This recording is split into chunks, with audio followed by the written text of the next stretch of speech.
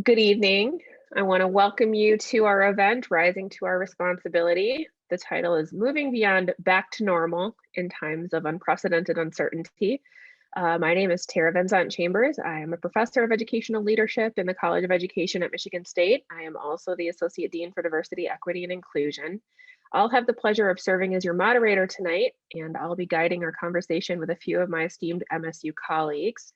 I'm going to introduce them individually here in just a second, but I want to begin by sharing just a little bit of context or intention behind the session. Tonight's panel is actually the second in an ongoing series, Rising to Our Responsibility, which was initiated this past summer in the wake of George Floyd's murder at the hands of the Minneapolis Police Department, and in the subsequent outcry after a local superintendent actually here in the local area blamed Mr. Floyd for his own death. This event highlighted the need for ongoing conversation and action at the intersection of racial justice and education. So our panel tonight aims to continue that work with a focus on school reopenings in the context of educational injustice and white supremacy. Though we all witnessed the Confederate flags and Nazi symbols during the invasion of the US Capitol on January 6th, we also know that structural and institutional racism don't always announce themselves quite so openly. Therefore, tonight we want to move toward a deeper understanding of the present political moment and what it might mean for schools and educators who seek to disrupt white supremacy within their own context. I've also personally been thinking about what it means for us to move back to normal, given these broader realities. And there are some questions that I've been thinking about too. So after almost a year of remote learning, my fourth grade son Langston had his first day of in-person instruction yesterday. The joy of packing his backpack and walking him to school really almost brought me to tears. But then when I got home from doing that, I learned on the news about children in Pine Bluff, Arkansas, who were in lockdown after yet another school shooting. Is that the normal that we want to return to, where we lament these efforts and these events and offer thoughts and prayers, but stop short of demanding substantive change? In the wake of George Floyd's murder, districts across the nation renewed their commitment to address issues of anti-Black racism. Yet here, several months later, a local teacher resigned from her position when her proposed assignments in support of Black Lives Matter at School Week were deemed too controversial, and she was reprimanded. I've heard of dozens of such stories through my friend and colleague, Dr. Alyssa Dunn's Facebook page, Teaching on Days After. Is that the normal that we're going to return to, where we play lip service to the continued marginalization of our racially minoritized students? When we pivoted to remote learning back in March and parents stepped up to support their children's learning, there was a window where we all appreciated what our teachers had been doing, understood that it took an extraordinary amount of skill to meet the diversity of educational needs of a classroom full of students. And yet, too often, teachers have borne the brunt of criticisms in the school reopening debate. Is that the normal that we want to return to, where we expect teachers to fill in the gaps of our broken educational system, where we don't provide the resources that they need to do it more safely and effectively? Listen, these are all complicated issues. I get that, but that's why our panel tonight is so timely. I'm joined by a number of my colleagues here at MSU who can provide insight into what it means to move, quote unquote, back to normal in the midst of such unprecedented uncertainty. And so I'm going to introduce them now. Dr. Bryan Beverly is the director of the Office of K-12 Outreach in the MSU College of Education. More importantly to him probably is that he's a proud graduate of Lansing Public Schools and arguably probably the most delighted girl dad you'll ever meet. Dr. Beverly is dedicated to public education and the state of education, supporting school turnaround efforts and instructional leadership in districts across the state.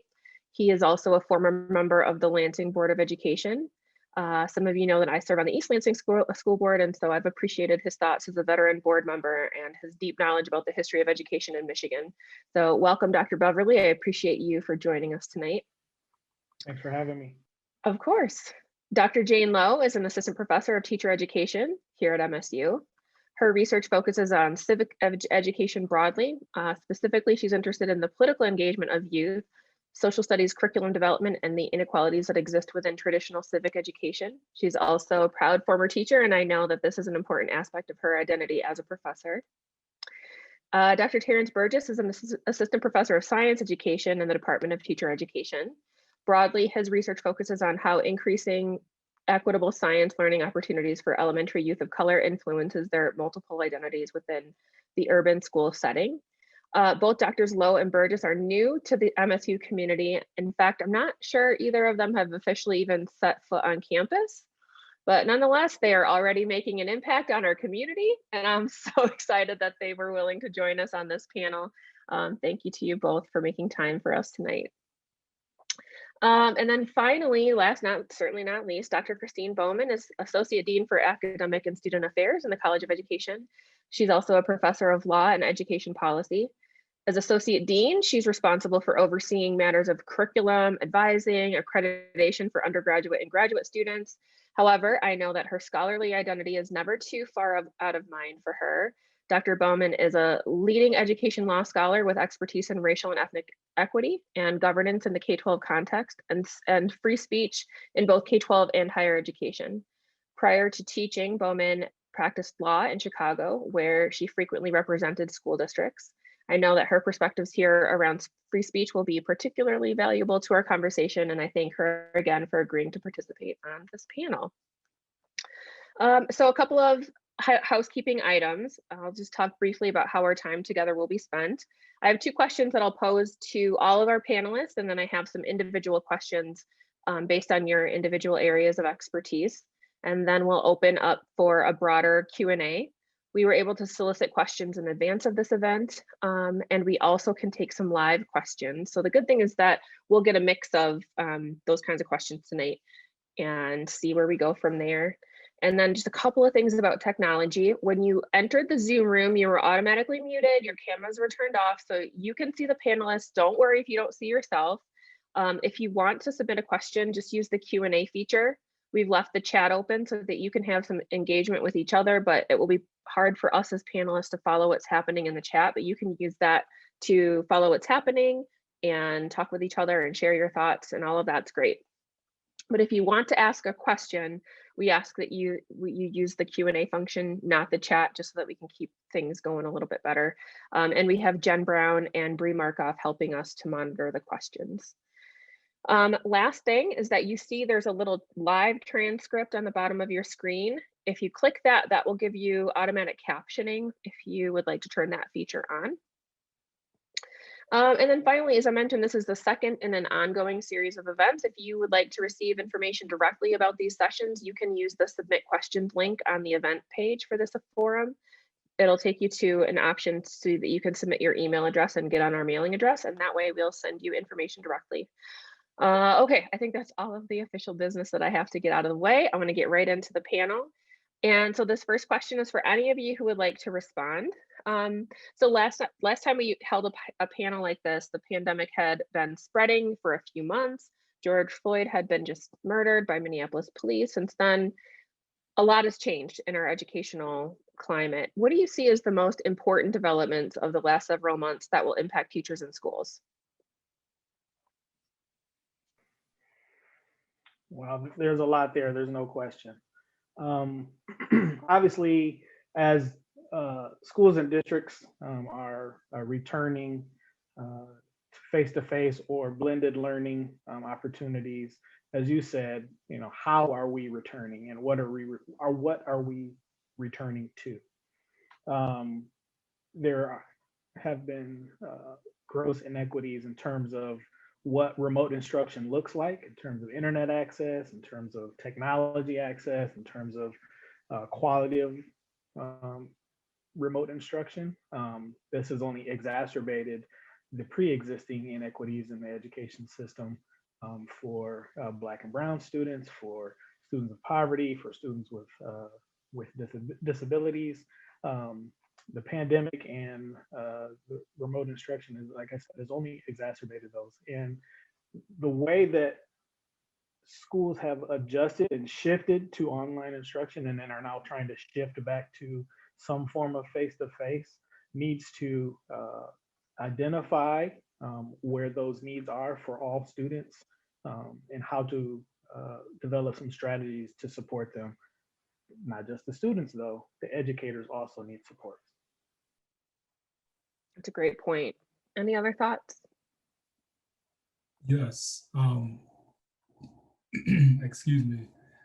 I would agree with all of those points. And I think also in thinking about events in and of themselves, of course, the events of January 6th, but thinking about the transition back to in-person education in and of itself, that transition, I think when we think about the abrupt transition to online learning, and then also now that's being bookended to many degrees by this abrupt transition back to in-person instruction, and the expectation that things will be quote unquote normal because we'll be face to face or in person once again. And I think just thinking about all of those things that Dr. Beverly just pointed out in terms of the existing or pre-existing inequities that have only been exacerbated by the pandemic, I think we also need to think about these just embedded traumas, right? And how the pandemic has just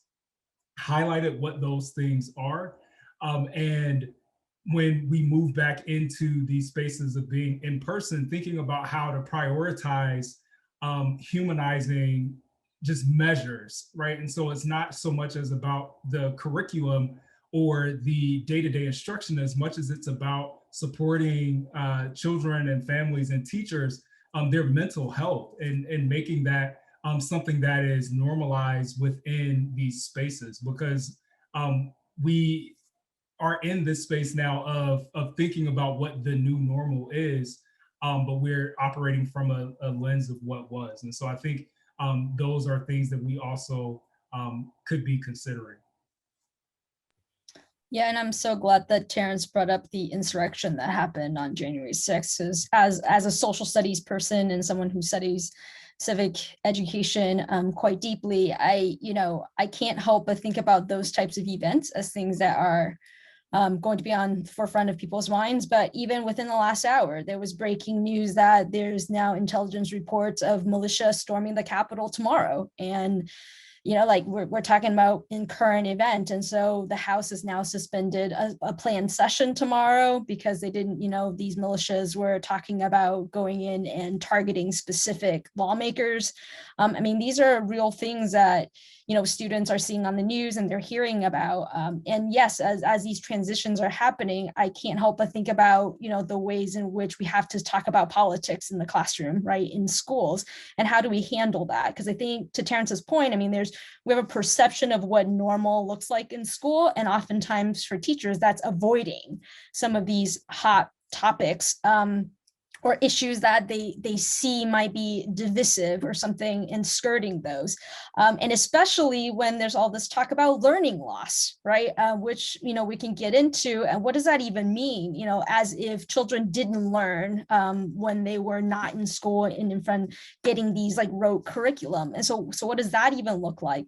And I think, people are a little bit obsessed with going back to normal, like going back to these standards, going back to these things that we're supposed to know. But I would argue that, there is sort of no new normal, right? Like we're living in a place, it's not a scare tactic, right? I'm just saying that what is normal, we should really reimagine what that could look like. Because I think existing schooling system were not built really for equity. Like if you think about the way schools are structured, they're not really built for equitable experiences.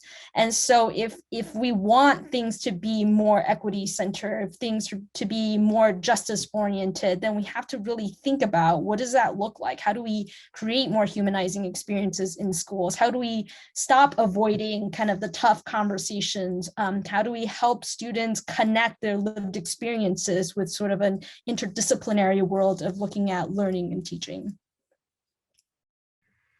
So building on some of these comments, I think right now it's challenging in many ways to make sense of what we're experiencing because we're still in the middle of it. And so we had the before times, so to speak, and now we have our new normal. And then thinking about what we want as we move out of this into a third normal is really difficult because we're still all in the middle of it.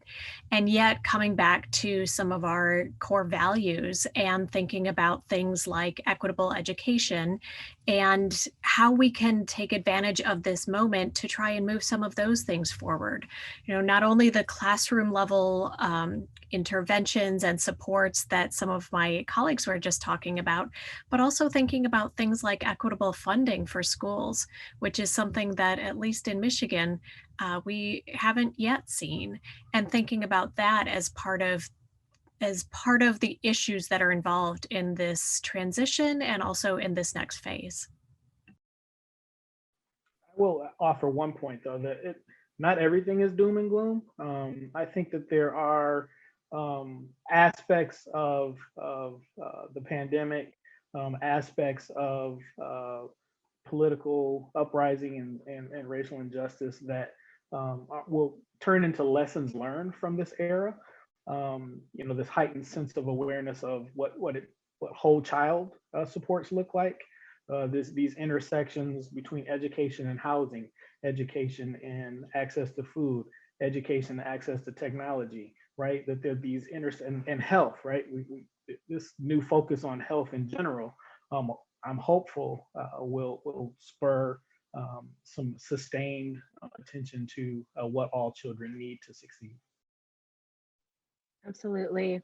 Okay, I'm going to move to the second question. So last summer, many school leaders made commitments to addressing institutional racism in their districts and their buildings.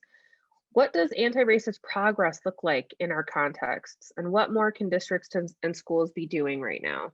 And again, anyone who wants to answer that one, I'll pop it in the chat too for those who feel better about reading it want to see the text.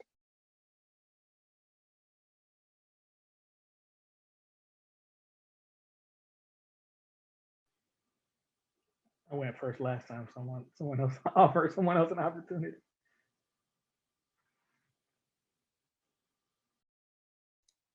I can go ahead and start. So I think one of the things for me in terms of where we are now and what anti-racist teaching and positionality in and of itself looks like, I think, is moving beyond just statements. So this past summer, of course, we saw a flurry of statements from whatever your favorite business is, to social media, to universities. And so I think those statements are fine, but at the end of the day, to Bryan's point, what actions are going to result from these statements? And so when we think about commitments and asking this question of, well, what is it that you're committed to? Then I think actions are associated with those commitments, or at least those commitments can lead to actions. And so I think within school districts and within classrooms, embracing, to Jane's point earlier, uncomfortable conversations, but also thinking about the things that we have direct emphasis or some kind of agency around. And so whether it be thinking about the way that, or reimagining what our curriculum looks like. For me, in the sciences, we think about science as this objective discipline, yet it's very oppressive when we think about whose identities and whose experiences are represented within it. And so I think those small spaces where you can, change the narrative of who is it that gets to participate in these things. I think those are small steps that we can take, but we have to be mindful of the commitments that we're putting forth and how actions are, or some kind of an action plan is now attached to whatever those commitments are. Yeah, and just to build off what Terrance said, I think part of it is also doing the unlearning, right? Because I think racism and white supremacy has been embedded into a lot of our own socialization and systems. And so doing a lot of that unlearning and that recognition is a huge part of taking that first step, or, putting the speech into action, so to speak. And I think it's part of just recognizing what that socialization has meant, and the ways in which our various systems have dehumanized individuals under the guise of merit. or self-determination, right? Like this notion that somehow there's an equal playing field and you got there because you deserved it, or something of that notion. And so I think recognizing those places in the various systems and communities that we're in then enable us to point them out and then do something about that, or at least recognizing them as faults, as lies that we have to be able to address head on. I also know that a number of schools and districts have engaged in some form of DEI work, right? And oftentimes it is in the form of an equity audit. Other times it's engaging DEI experts who come in and do professional learning opportunities for educators in their school systems. These are all steps in the right direction. There's a difference, however, between identifying a shared understanding of what diversity and equity means in our current context, right? And operationalizing that, right? What does that mean at the classroom level? What does that mean at the school leadership level? What does that mean for resource allocation across your district? So make sure that all students are getting what they need, I think is a different story. And until schools and districts are ready to dig in that deep, we'll continue to see some of the unfortunate inequities that are at play today. And in terms of creating those sort of spaces and those sort of initiatives, also remember that these are things that parents can advocate for. These are things that teachers can advocate for. And I say that because it's often the district or the school that's able to affect a change that impacts the greatest number of students, right? And so thinking about the organization or the entity who's able to not only get some traction, but also bring together the greatest number of people to focus specifically on a particular issue, to do some of this deep learning and unlearning, and then to identify and be able to take next steps, that's a really powerful thing. And so if you're a district leader, being able to help your district focus on moving in that direction is a fantastic opportunity, especially at this time. I think these are all really great points. I want to move to some individual questions now. I'll start with Dr. Beverly, if that's okay. Bryan, as schools continue to move toward reopening, how do you see issues of educational justice being addressed or not addressed? Like, what should school leaders and teachers keep in mind as we approach these conversations? It's a really great question that kind of piggybacks on some of our earlier points. I think that the more that you're able to engage student voice, the more you're able to engage parents, the more you're able to engage community voices into what your curriculum looks like, into what instruction looks like, into what community and student supports look like, is a strong step in the right direction in terms of addressing some of the educational injustices. Many of us around this table are familiar with Gloria Ladson-Billings and her work around culturally responsive teaching. One of the very first major points that she lifts in that work is having a positive perspective on parents and families, right? Every parent wants their child to succeed. They want the best for their student, and having not just an awareness, but a supportive mindset around how to best engage the parent as they support their child is a strong step for educators to take.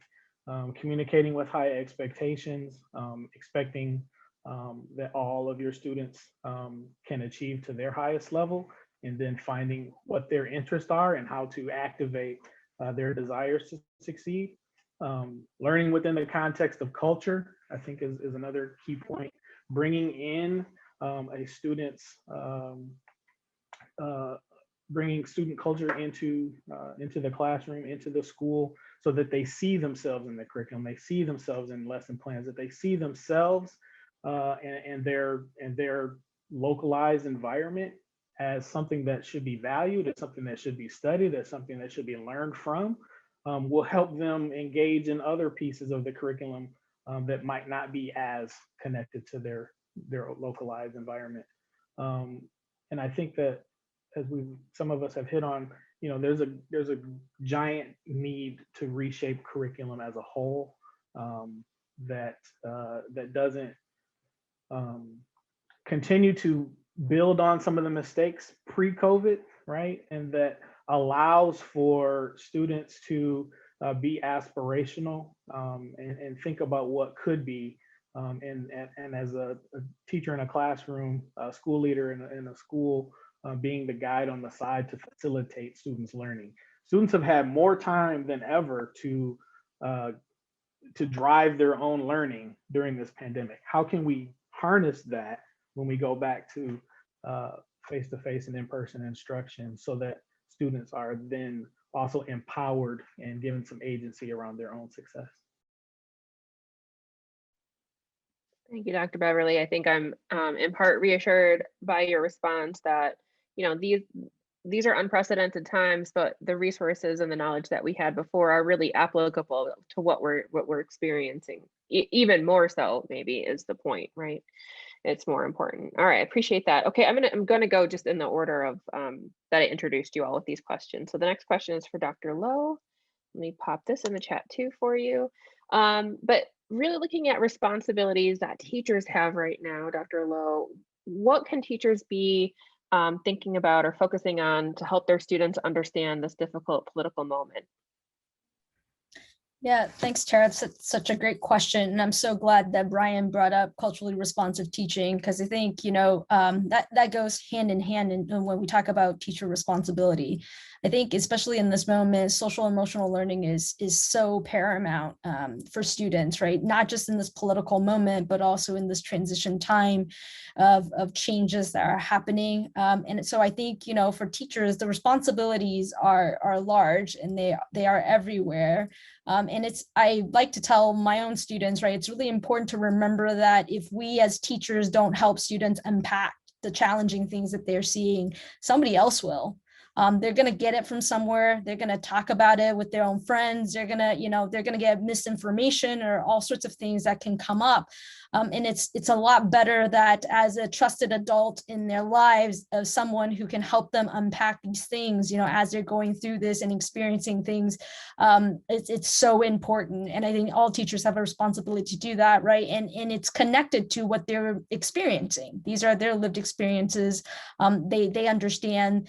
They see, well, they may not watch the news anymore, but they'll get it on, Twitter and TikTok and whatever else they're watching these days. But they'll get that information. It's important for teachers to help them unpack that, because, as a civic educator, a part of civic understanding and civic friendship is really understanding how conflict exists, right? We don't get along with people for lots of reasons. And we have to be able to build relationships that can weather those kinds of conflicts and storms. And, schools are a place where one of the only places, or the beginning places, where we first learn to deal with people who aren't like us, who aren't in our families, who aren't a part of our clan, right?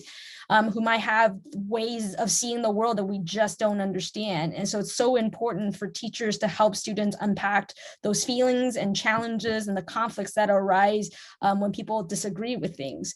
And to borrow sort of Loretta Ross's thing about, we need to start calling people into conversation instead of just calling them out, right? I think school and teachers have a great responsibility in modeling that, right? How do we call people into conversation? How do we facilitate really, really good dialogue in the classroom so students know how to work through the challenges, how to work through difficult things, how to, not take it for granted, but be able to forgive one another, to build those relationships. Years ago now, when I was a pre-service teacher, I had a master teacher of 30 some odd years who used to like to say, well, you're the only adult in the room. And I think he was saying that facetiously as a way to say, like, you hold the power, right? Like, as the adult in the room to lord over children. But I actually would say that, yeah, you're the only adult in the room, so you're responsible for helping to nurture these young minds, right? Not to rule over them. You're really the guide, and you're responsible for their well-being, their social well-being, their emotional well-being, and their learning outcomes. So if you are that guide, and as the only adult, right, responsible individual, I would say do the work, be the guy, and don't shirk your duty. Okay, only a year in, I'm trying to find my mute button. Geez, I'm over here taking like all these notes, y'all. They're gonna get it someplace. That's what I just took from what you said, Dr. Lowe. They're gonna get it someplace. So let's, help them work through these things. I think that's so good. Dr. Burgess, I want to ask you a question about school reopening. So we're excited about the promise of going back to normal. I already talked tonight about how excited I was last night helping my son pack his backpack.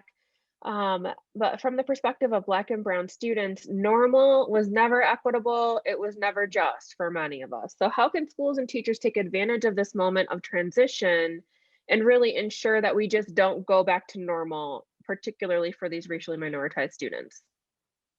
Right.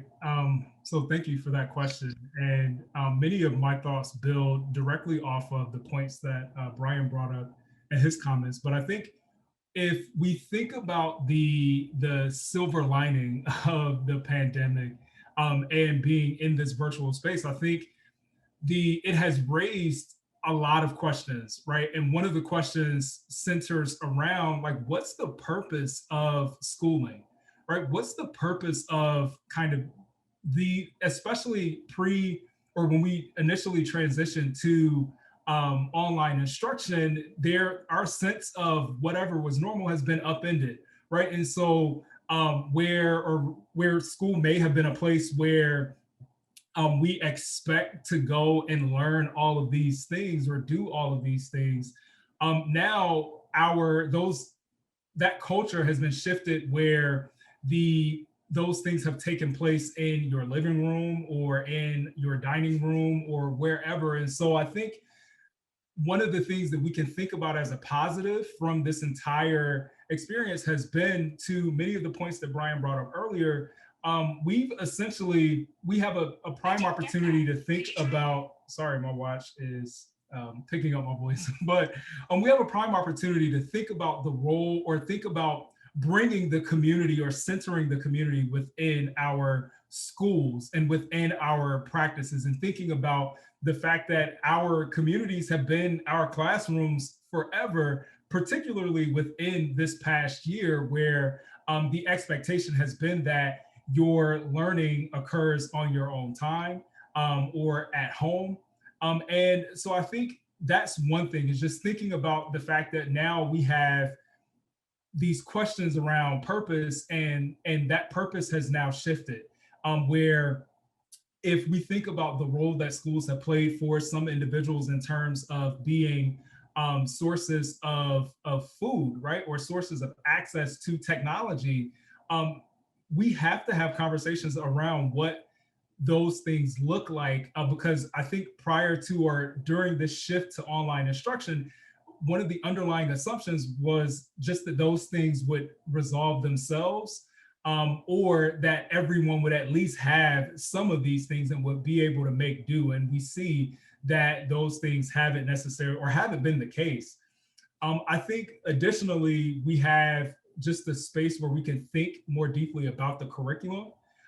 In shifting to online instruction, I can say at least in science, especially for the elementary sphere, science instruction doesn't happen regularly or didn't happen regularly pre-COVID. And now we see that has only, increased.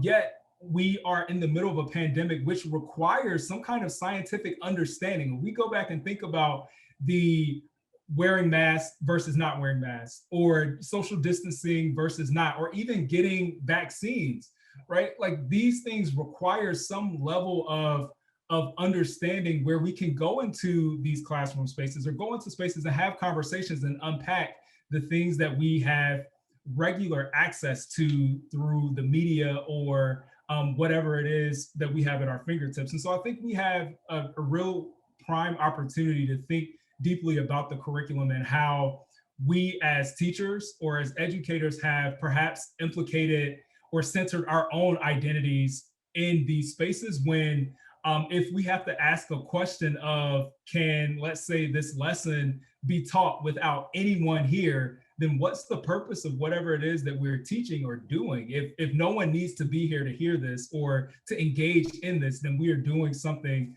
perhaps that we need to rethink.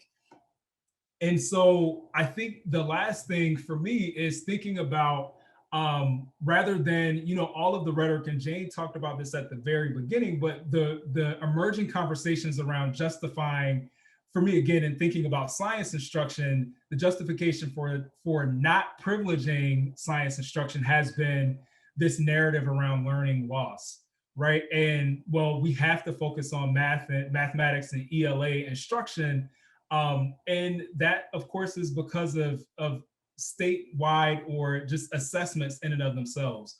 But we don't talk about loss in the same ways when we think about the lives that are lost as it relates to the social unrest that we've been experiencing, right? And so we don't talk about loss in those terms. And I think we have just this space where, rather than thinking about the quote unquote learning that's been lost, what are the things that we've learned? What are the things that have kept individuals in these spaces of survival? And how can we rethink what those things look like and what they mean in the scope of knowledge and what's valued within schools and within the traditional curriculum? I so agree with so much of what you said.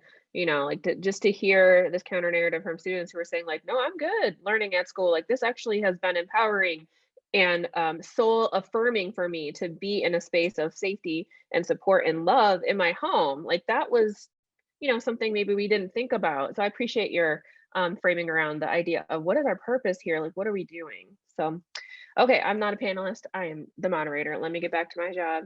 Dr. Bowman, I know a lot of people are interested in your response to this question, free speech, right? Addressing issues of race and justice in the classroom or school building can be nerve-wracking for teachers and for school leaders. What are the free speech implications of doing justice work at school? Thanks. This is an important question and a complicated one. And so I'd like to begin by saying that in my view, law is only ever one piece of the puzzle. It might be a big piece, it might be a really important piece, but there are always other things going on, and also always ways to navigate the law that exists. And I say that because in this context, essentially, teachers' free speech rights in schools are pretty limited. And so that's something that I know I'm conveying the state of the law here, not necessarily my opinion about how things should be. But for teachers, it's really important to know that there is definitely a distinction between official duty speech, your speech as a teacher on duty during your employment, and other sort of speech. Some teachers have still gotten in trouble for speech on their own time, but especially what we're talking about and where teachers are most vulnerable is their so-called on-duty speech. So practically, I think it is most important for teachers to try and have the support of their building administrators and their districts. And for administrators and districts to think about how they can support their teachers who are interested in doing this work. Because again, as we were thinking about earlier, I believe it was Dr. Lowe who mentioned a teacher resigning because of some curriculum related to Black Lives Matter. That's an instance where it's really important for the district and the school to be able to step in and say, we support this teacher, we support this direction. Now, as we're thinking a little bit more about this, essentially, curriculum is really a matter of delegated authority. and it starts with the state, and the state can decide effectively whatever it wants, and it can then give as little or as much discretion to districts as it wants. Districts then have a set amount of discretion. They can hold on to that and make all the decisions themselves, or they can share it with their schools and their teachers and parcel it out. So the reason I mentioned that is that effectively, it's really important to know how much discretion a teacher has in a given situation based on how much is already decided and required by the district and the state, because that's really going to cabin in the amount of leeway that a teacher has in a particular situation. So those are a few thoughts about some of the free speech implications for this. One final thought is that, especially as we're thinking about discussing these issues in class, which is, of course, the time when it makes most sense to, we also need to think about relevance to the current curriculum. And so teachers, high school teachers teaching civics, for example, history, perhaps literature, language arts, are going to have an easier time talking about these issues and connecting them to their curriculum than perhaps a math teacher might. And so that's also something to keep in mind. Now, again, more flexibility at the elementary level for a variety of reasons than at the secondary level. But those are a few things to think about in this area. Thank you so much. I appreciate that. You know, I should have maybe prepared for this hour to move so quickly after experiencing the first Rising to Our Responsibility Forum, but this hour really is flying by. So I want to make sure that we have some time to do some Q&A. So I'm mindful of the clock here. I think we have, we'll see how much time we have and how many questions we can get to. I know Bree and Jen have been getting these questions together for us. The first one we received from Belita Humes, and I will read this out. And whoever would like to respond, everybody can, not everybody needs to. How do we help teachers address the fact that the pandemic was not a monolithic experience, especially in those buildings where students' experiences were adverse versus teachers' experiences were not? How do we help make sense of these widely varying experiences that people had, even in the same, school or classroom?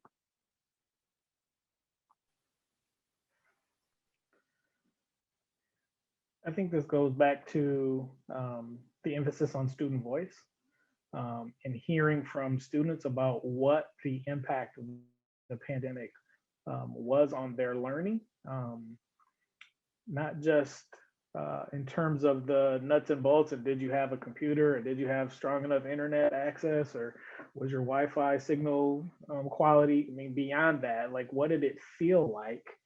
Getting back to some of the social emotional pieces that Jane and others have lifted thus far.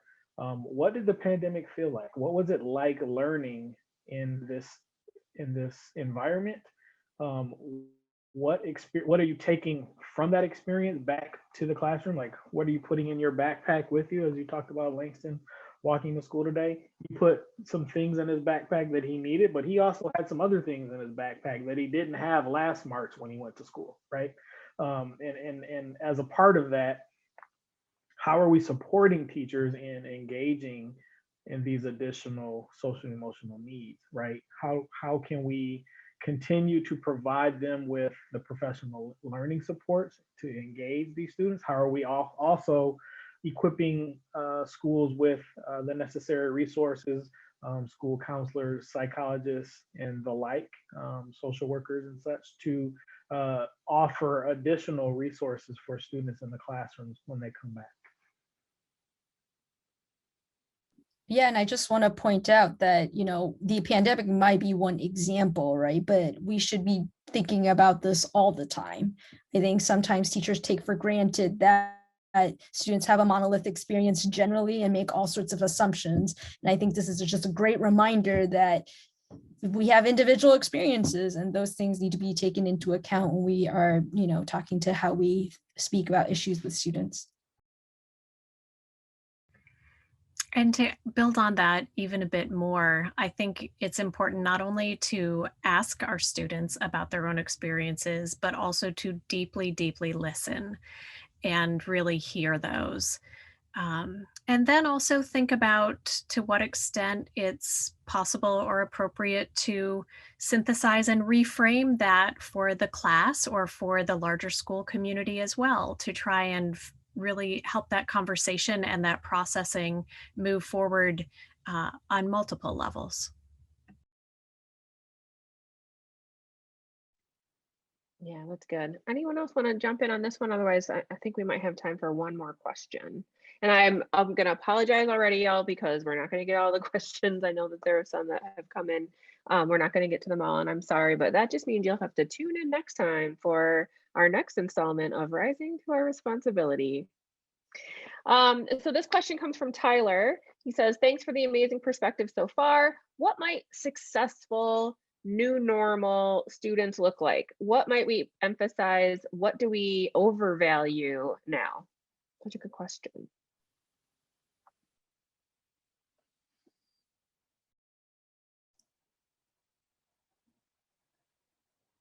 I think one of the things that, I guess to answer the last question, one of the things that has been overvalued, of course, has been just this emphasis on standardized testing and thinking about or evaluating humans right through these metrics that don't have any bearing really on what we know that they can do.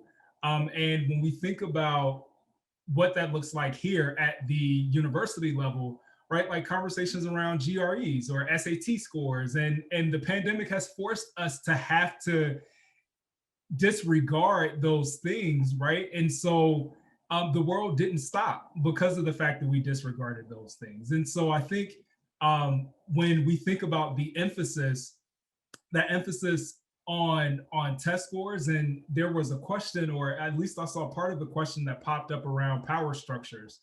And so I think in taking that a step further, when we look at the purpose of these test scores in general, like are they tied to teacher evaluations and school funding, and all of these things, and questions around why is that the case, right? And so I think in the first part of that question around a quote unquote successful student in this new space, I think it's largely, or that to me at least, would be informed by that, going back to Bryan's point earlier about listening, that will be from that student or that person, right? What is success? What does successful mean to you? And that may not mean the same thing for everyone, and that's okay, right? Success could just be, or successful for me today could be me getting to school on time and just ready to learn, or just present, right? But on other days, it may mean something completely different. And so I think that would be, for me, just my take on those two questions at this particular point. I guess I can just answer that question, and thank you for that question. I'll just answer it just more directly. A successful new normal student has their voice heard in their school, in their classroom. They are empowered in their own learning. They have agency. They are exposed to a number of experiential learning activities that go beyond just the classroom, but are engaging them in community and professional activities. And they're supported by a wealth of community resources. Yeah, and I would just add one more thing to that, Bryan, and that would, for me, would be for schools to be more democratic in nature, right? And talking about all of the things that you were talking about, I think that requires a school structure that really looks at what that means for students to have more power, or sharing in that power, to have a more, agentic experience in schools, to have kind of a say-so, right? An agency in kind of developing their own community as a school. So as I think about this, my thoughts are similar in a lot of ways to these comments, but I also focus more explicitly on the systems. And because I think successful student should be thriving in a school, not despite the system, not despite the school, but because that environment is created and really built around the needs of the students. And so that gets back to things again like equitable funding, and not just straight up per pupil funding, but also things like funding for mental health support and other sort of things that we really expect our school districts to be doing these days. And so thinking again about how we can have system changes that have broad impact, that really look to that look to change districts in schools in ways that are created so that our students thrive, is something that I hope very much that we move towards.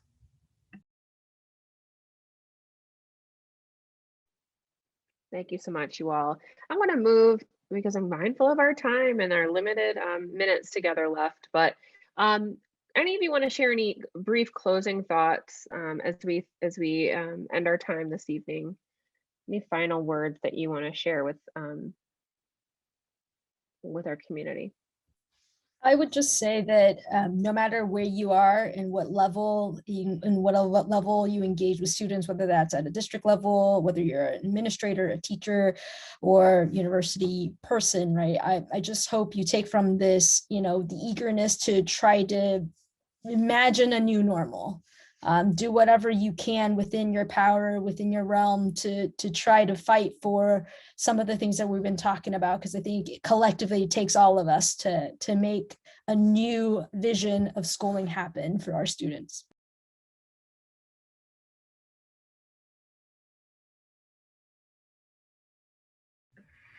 So I'll add that more generally, I think about this moment in history really as an inflection point.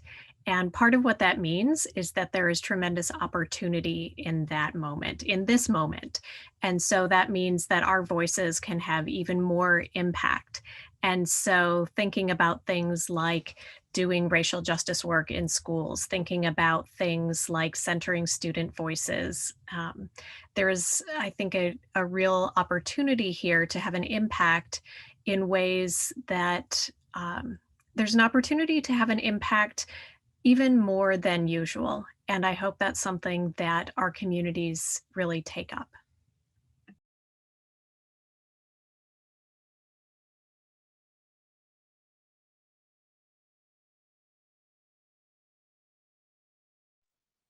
Bryan, Terrance, either of you want to make closing comments? I see Dr. Burgess might need a minute to cough there. Bryan, any closing thoughts you want to? Don't have to. I just, wait time. I'm good with wait time.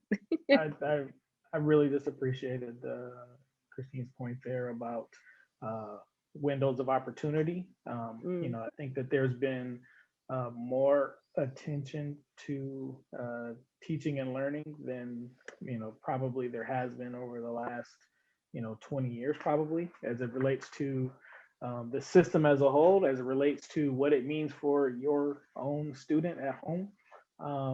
And I think that, as was shared before, that it is incumbent on all of us to push on the system as a whole to make some necessary changes so that every student can succeed and has the opportunity to take advantage of the wealth of opportunities available in education. Hear, hear. Dr. Burgess, did you have some closing comments to share? Okay, you're good. Well, when we met back in the summer for the first Rising to Our Responsibility Forum, there was a sense of urgency everywhere. People felt compelled to do something, to learn, to act. And now we're several months into this pandemic, and people are tired, in contrast to the fierce urgency that we felt in the wake of George Floyd's murder. What we're experiencing now is more of it feels to me like a slow burn, right? From the debate over school reopenings and the accompanying conversations about how to interpret conflicting local, state, and federal safety guidelines, or a presidential impeachment trial in the wake of a Capitol riot, and continued examples of anti-Black racism in schools. It's, at least to me, it feels all very overwhelming to even kind of make sense of, right? But I want to encourage you not to sit in that feeling of complacency, or powerlessness. Your actions are needed now more than ever. So the title of this forum is still just as relevant today as it was last summer. And I'm going to leave you with this question. How are you going to rise to your responsibility, right? What are you going to do to make an impact, to effect change, to really make a difference for these youth who are counting on us, right? That's really the closing question tonight. So again, I want to thank our panelists, all of you who are attended this evening. I also want to send out a special thanks to two people here who have their cameras off. Brianna Markoff and Jen Brown have been rocking the system in the background. And then we also have a really great team of communications experts who have helped us with the marketing and communications. That's Lauren Knapp and Nicole Geary and a bunch of other folks too. I also want to thank Dean Bob Floden, who is in attendance this evening and who has been very supportive of the events that we've held. So remain connected with us about future events. Like I said, you can drop your name in the chat. If you can send us a message, put a Q&A if you want to be on the mailing list, or you can do it through the event registration page. If you went back to that link, there is a place for you to put your email address in. You can also just email me at terah@msu.edu and I will hook you up. Basically, just holla at me and I will make sure you get connected. I